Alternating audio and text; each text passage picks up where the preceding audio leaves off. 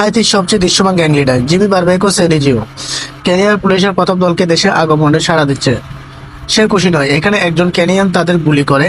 সে তার লোকদের বলছে, হাইতি বছরের পর বছর ধরে অনেকটাই আইনহীন। যারা দর্শন, খুন, ডাকাতি এবং চাঁদাবাজি করে তারা সবাই শক্তিশালী। পূর্বের যুদ্ধের সময় তারা বিবনসোম লিভ টুগেদার নামে একটি জোট গঠন করেছিল, যার লক্ষ্য ছিল নতুন শক্তির বিরুদ্ধে যা তাদের নিয়ন্ত্রণকে হুমকির মুখে ফেলে।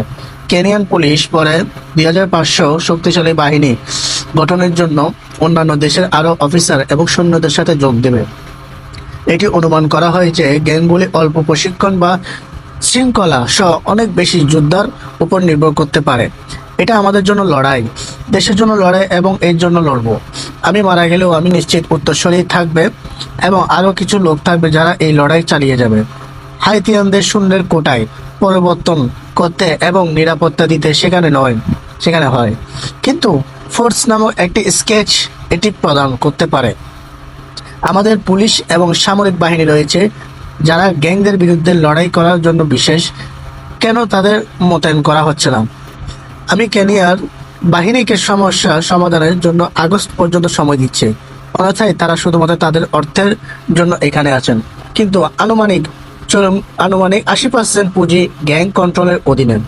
তারা সম্মত হয় যে কিছু করতে হবে। আন্তর্জাতিক সম্প্রদায় তাই করছে। মার্কিন যুক্তরাষ্ট্র চুক্তির জন্য চাপ দেয়, জাতিসংঘ এতে সমর্থন দিয়েছে।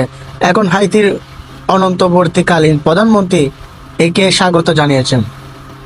কেনিয়ার জনগণ হাইতিয়ান জনগণের কান্না ও কষ্ট শুনেছে এবং তারা আমাদের পুলিশের সাথে সংহতির মনোভাব নিয়ে এখানে রয়েছে। তিনি বলেন, শীঘ্রই বাহিনী কাজ শুরু করবে। আমাদের নিরাপত্তা পুনরুদ্ধার করার জন্য হাইতিয়ান কৌশলীগুলিকে সমর্থন করার জন্য প্রথম দলকে একত্রিত করা হয়েছে এবং দৃঢ় অবস্থান করেছে। ঘরে ঘরে, পাড়ায় পাড়ায়, থানে থানে। তেরেসা আমাদের জাজিরার সাথে আলোচনার বিষয়ে কথা বলছেন। শুধু যুদ্ধ নয়, অনেকে মনে করেন আমরা ভয় পাই এবং যখন আমরা সংলাপের জন্য অনুরোধ করছি তখন আমরা ক্ষমা চেয়েছি।